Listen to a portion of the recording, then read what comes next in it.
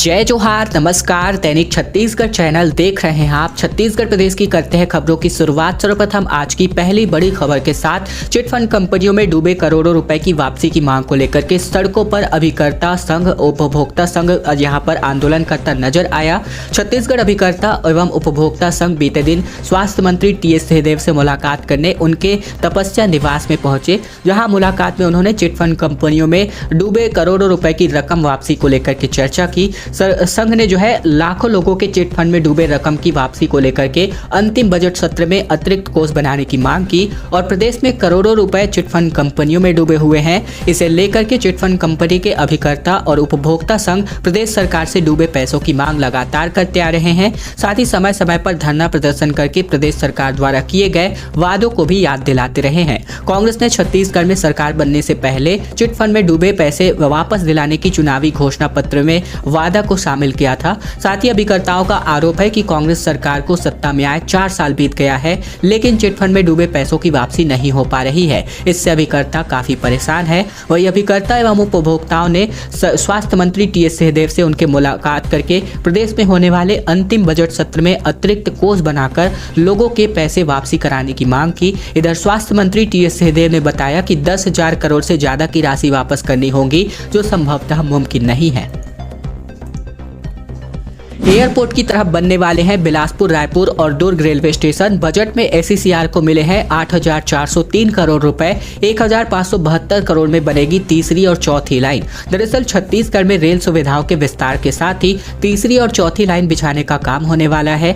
यात्रियों की सुविधाओं के लिए छोटे छोटे स्टेशनों में कई काम किए जाएंगे। बिलासपुर, रायपुर और दुर्ग स्टेशन को पुनर्विकास योजना में शामिल किया गया है, यानी इनका रीडेवलपमेंट होने वाला है। ये स्टेशन एयरपोर्ट की तरह सर्व सुविधा युक्त बनाए जाएंगे। केंद्रीय बजट में दक्षिण पूर्व मध्य रेलवे यानी एसईसीआर के विकास के लिए 8,403 करोड़ रुपए दिए गए हैं। इससे नई लाइन, गेज परिवर्तन, साथ ही दोहरीकरण, यातायात सुविधा, ट्रैक रिन्यूअल समेत दूसरे कार्यों के लिए फंड दिया गया है। मार्च 2023 से प्रोडक्शन होगा स्टार्ट। राज्य में एथेनॉल बनाने का पहला प्लांट कवर्धा में बनकर हो चुका है तैयार। अगले माह से 17,000 टन मोलासिस से बनने वाला है 51 लाख लीटर एथेनॉल। दरअसल छत्तीसगढ़ राज्य पहला एथेनॉल प्लांट कवर्धा में बनकर लगभग तैयार हो चुका है। उम्मीद है कि इसी साल के मार्च के अंत तक प्लांट से एथेनॉल बनना शुरू हो जाएगा। कोरमदेव कारखाने में गन्ने से शक्कर बनने के बाद शेष तरल पदार्थ मोलासिस को एथेनॉल प्लांट में टैंकों में भर करके स्टोर करना शुरू कर दिया गया है। साथ ही बताया जा रहा है कि बी हैवी मोलासिस से प्लांट में एथेनॉल बनेगा। जानकारों के मुताबिक 1 टन बी हैवी मोलासिस से तकरीबन 300 लीटर तक एथेनॉल बनाया जा सकता है। सीजन में भोरमदेव कारखाने में गन्ना पेराई के बाद तकरीबन 17,000 टन मोलासिस उत्पादन होता है। छत्तीसगढ़ में एक भीषण सड़क हादसा हो गया, जिसमें 4 लोगों की मौके पर ही मौत हो गई। पति, पत्नी, महिला और बच्चे को पिकअप ने मारी टक्कर। छठी कार्यक्रम में शामिल होने जा रहे था पूरा परिवार। दरअसल बलौदाबाजार जिले के पलारी से खबर, जहां पर बीती दोपहर को हुए सड़क हादसे में पति, पत्नी और 10 महीने के बच्चे समेत कुल 4 लोगों की मौत हो गई। हादसा जो है विष्णु पेट्रोल पंप के ठीक सामने हुआ, जिसके फुटेज आप इस वक्त देख रहे हैं। पुलिस ने सभी शवों को पोस्टमार्टम के लिए भिजवा दिया है। मामला पलारी थाना क्षेत्र का है। जानकारी के मुताबिक ग्राम कुसमी के रहने वाले पूरन भारद्वाज, इसके अलावा पत्नी लता भारद्वाज, साथ ही 10 महीने का बेटा खिलेश और एक अन्य महिला, सभी एक ही बाइक पर सवार होकर 11 बजे के आसपास भरसेला गांव में एक छठी कार्यक्रम में शामिल होने जा रहे थे। जैसे ही बाइक पलारी के विष्णु पेट्रोल पंप के पास पहुंची तो वहां से निकल रहे एक पिकअप वाहन ने उसे अपनी चपेट में ले लिया।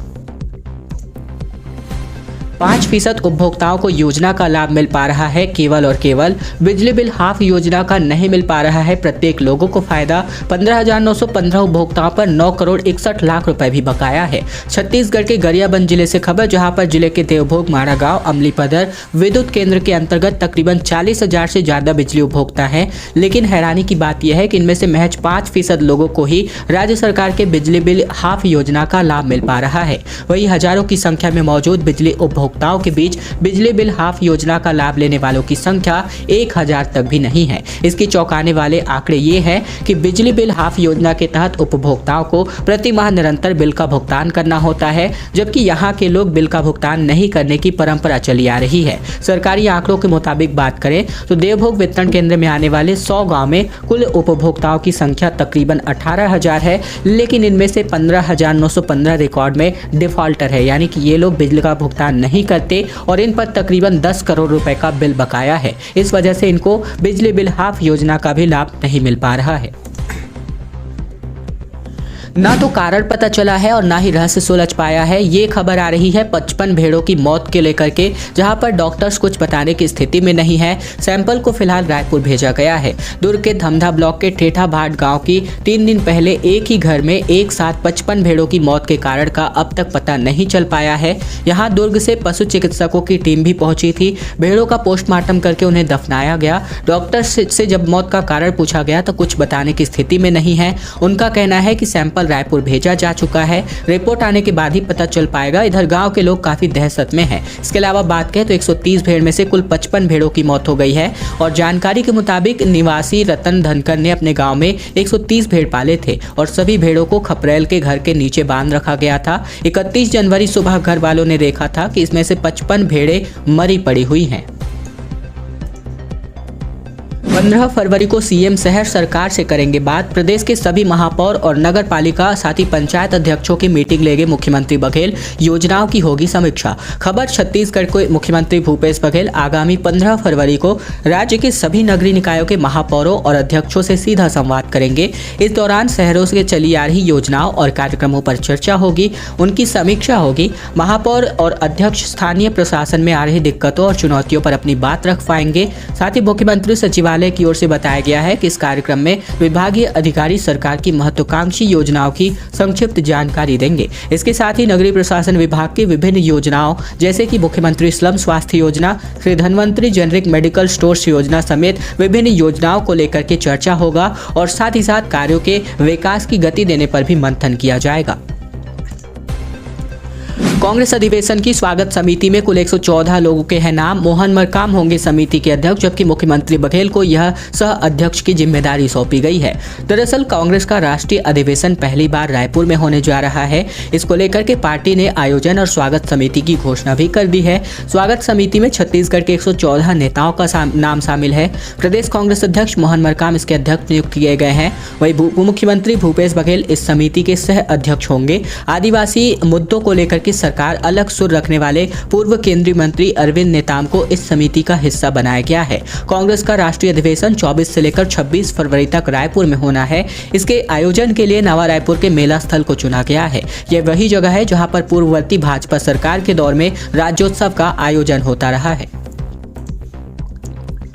आखिरकार अब जाकर बूढ़ा तालाब धरना स्थल को शिफ्ट किया जा चुका है। रायपुर वासियों को ट्रैफिक से अब राहत मिलेगी। दरअसल नया रायपुर में अब जो है यहाँ पर रायपुर से जो धरना स्थल है उसकी शिफ्टिंग हो गई है। बहुत मांग करने के बाद छत्तीसगढ़ की राजधानी रायपुर के बूढ़ा तालाब स्थित धरना स्थल को विरोध के बाद आखिरकार हटा दिया गया। अब प्रदर्शनकारी नवा रायपुर स्थित तूता में धरना प्रदर्शन करेंगे। इससे शहर वासियों को ट्रैफिक जाम से मुक्ति मिलेगी। इधर कलेक्टर डॉक्टर सर्वेश्वर नरेंद्र भूरे ने धरना स्थल को बूढ़ा पारा से दूसरी तरफ शिफ्ट करने की पुष्टि करते हुए कहा कि बूढ़ा तालाब धरना स्थल को यहां से हटाने का निर्णय ले लिया गया है, लेकिन इसे कहां शिफ्ट किया जाएगा इसका विधिवत आदेश अभी जारी नहीं हुआ है। अभी अस्थायी तौर पर तूता माना में प्रदर्शन करने की अनुमति दी जा रही है। मुख्यमंत्री ने मिलेट ऑन व्हील्स को दिखाई हरी झंडी और साथ ही रागी से बना केक भी काटा। मिलेट कैफे में मिलेंगे रागी, कोदो, कुटकी से बने लजीज व्यंजन। छत्तीसगढ़ के मुख्यमंत्री भूपेश बघेल बीते दिन रायगढ़ जिले के खरसिया पहुंचे, जहां पर प्रदेश के पहले मोबाइल मिलेट यानी बाजरा कैफे मिलेट ऑन व्हील्स को हरी झंडी दिखाकर रवाना किया। उच्च शिक्षा मंत्री उमेश पटेल और गृह मंत्री ताम्रध्वज साहू भी इस मौके पर मौजूद रहे। मुख्यमंत्री बघेल ने इस मौके पर रागी से बना केक भी काटा। उन्होंने इस पहल की सराहना करते हुए कहा कि इससे मिलेट के उपभोग के प्रति अब जागरूकता बढ़ेगी। सीएम ने इस मोबाइल कैफे का संचालन करने वाली महिला समूह को अपनी शुभकामनाएं भी दी। मटकू द्वीप में मसीही मेला 6 फरवरी से होगा शुरू। 1909 से चली आ रही है ये मेला का आयोजन। आज है 114वां साल और ऐसे में विभिन्न प्रतियोगिताओं का भी होगा आयोजन। राष्ट्रीय स्तर पर मटकू द्वीप मसीही मेला 6 फरवरी से शुरू होगा। इसको लेकर रायपुर बिलासपुर हाईवे पर बैतूलपुर के पास मटकू द्वीप पर मेले का आयोजन होगा। चारों ओर से पानी से घिरे इस टापू पर हफ्ते भर तक आध्यात्मिक वातावरण रहेगा। ये मेले का 114वां साल होगा। 6 से लेकर 8 फरवरी तक मेला रिट्रीट होगा। 8 फरवरी की शाम के से मेले की शुरुआत होगी। मुख्य वक्ता पास्टर डॉक्टर रॉबिन जोसेफ एवं एस रॉबिन होंगे और ऐसे में 12 फरवरी को रविवार को प्रभु भोज की आराधना छत्तीसगढ़ डायसिस के bishop the right reverend Ajay Umesh James की अगुवाई में होगी। मनरेगा की बजट कटौती पर भड़के मुख्यमंत्री बघेल, कहा मजदूर विरोधी है भाजपा। सोशल मीडिया में लिखा अमृतकाल का मृत बजट। दरअसल इस सप्ताह आए केंद्रीय बजट पर विपक्ष का हमला अभी भी जारी है। छत्तीसगढ़ के मुख्यमंत्री भूपेश बघेल ने बजट के प्रावधान और नीतियों पर लगातार हमला किया।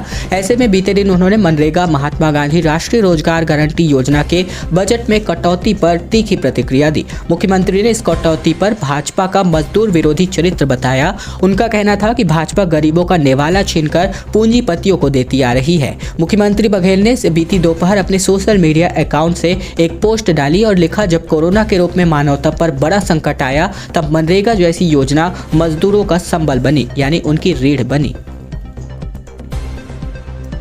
अरपा मैराथन और जुम्बा का किया गया आयोजन। एसपी अर्चना झा और डिप्टी कलेक्टर भी जमकर थिरकी। ऐसे में बात करें तो यहाँ पर जो है 5 फरवरी को साइक्लोथॉन, 6 से 8 फरवरी को अरपा योग महोत्सव का होगा आयोजन। गौरेला पिंडा मरवाही जिले की स्थापना दिवस के मौके पर 10 फरवरी को अरपा महोत्सव का आयोजन किया जाएगा। वहीं 1 फरवरी से 10 फरवरी तक इसके तहत खेलकूद, जुम्बा, मैराथन, साइक्लोथॉन समेत कई कार्यक्रम आयोजित किए जा रहे हैं। इसी के तहत पेंड्रा के हाई स्कूल मैदान में बीती शाम को जो है जुम्बा डांस के साथ ही अरपा मैराथन का भी आयोजन किया गया। इसमें जिले के कलेक्टर प्रियंका ऋषि महोबिया, एसपी योगेश पटेल, साथ ही एसपी अर्चना झा और राज्य अनुसूचित जनजाति आयोग की सदस्य अर्चना पूर्ति सहित अन्य अधिकारी और जनप्रतिनिधि शामिल हुए। आम आदमी पार्टी ने कांग्रेस और बीजेपी पर साधा निशाना। छत्तीसगढ़ की 90 विधानसभा सीटों पर प्रत्याशी उतारने का किया ऐलान। कहा, जनता दोनों पार्टियों से है परेशान। दरअसल दिल्ली और पंजाब के जीत हासिल करने के बाद अब आम आदमी पार्टी की नज़र छत्तीसगढ़ विधानसभा चुनाव पर है। बीते दिन जांजगीर चांपा जिले में आम आदमी पार्टी ने प्रेस कॉन्फ्रेंस कर इस साल होने वाले छत्तीसगढ़ विधानसभा चुनाव में 90 सीटों पर चुनाव लड़ने का ऐलान किया। दिल्ली विधायक और आम आदमी पार्टी के छत्तीसगढ़ प्रभारी संजीव झा ने विधानसभा चुनाव की तैयारियों के बारे में मीडिया कर्मियों को जानकारी दी। कांग्रेस और भाजपा को आड़े हाथों लेते हुए 90 सीटों पर अपने प्रत्याशी उतारने की बात कही। उन्होंने कहा कि छत्तीसगढ़ को बीजेपी और कांग्रेस के नेता चारागाह बनाकर रखे हुए हैं। एक इंटरव्यू में भाजपा के सीएम का चेहरा कौन होगा इस सवाल को लेकर डॉक्टर रमन सिंह ने कहा कि मुख्यमंत्री कौन बनता है इसकी चिंता नहीं, चिंता इस बात की है कि सरकार भाजपा की बने। भाजपा में अब कोई बड़े बदलाव की संभावना नहीं है, ये कहना है भाजपा के राष्ट्रीय उपाध्यक्ष और पूर्व मुख्यमंत्री डॉक्टर रमन सिंह का। उन्होंने दावा किया कि साल 2023 में एक बार फिर से प्रदेश में कमल खिलेगा। जीत का रास्ता बूथ सशक्तिकरण से निकलेगा, जिस स्तर पर काम शुरू हो चुका है। मुख्यमंत्री कौन होगा उसकी नज़र में यह विषय नहीं है। इसके अलावा विषय ये है कि विजय भाजपा की होगी। इसके अलावा भाजपा में लगातार बदलाव की प्रक्रिया जारी है, क्या यह जारी रहेगा? इस सवाल के जवाब में कहा कि संगठन की तैयारी में परिवर्तन होते रहते हैं। प्रदेश अध्यक्ष और नेता प्रतिपक्ष के बाद अब बड़े बदलाव की संभावना प्रदेश में होती नहीं दिख रही है। इस बात की पुष्टि पूर्व मुख्यमंत्री डॉक्टर रमन सिंह ने कही है। खैर दोस्तों, अब आज की खबरों का सिलसिला बस यहीं तक का था। अगर आपको यह वीडियो पसंद आए तो वीडियो को लाइक करना मत भूलेगा। साथ ही चैनल पर अगर आप नए हैं तो चैनल को भी सब्सक्राइब कर लीजिएगा, ताकि प्रतिदिन की महत्वपूर्ण खबरें, छत्तीसगढ़ के समाचार बिना किसी रुकावट रोजाना हम आप तक पहुंचा सके।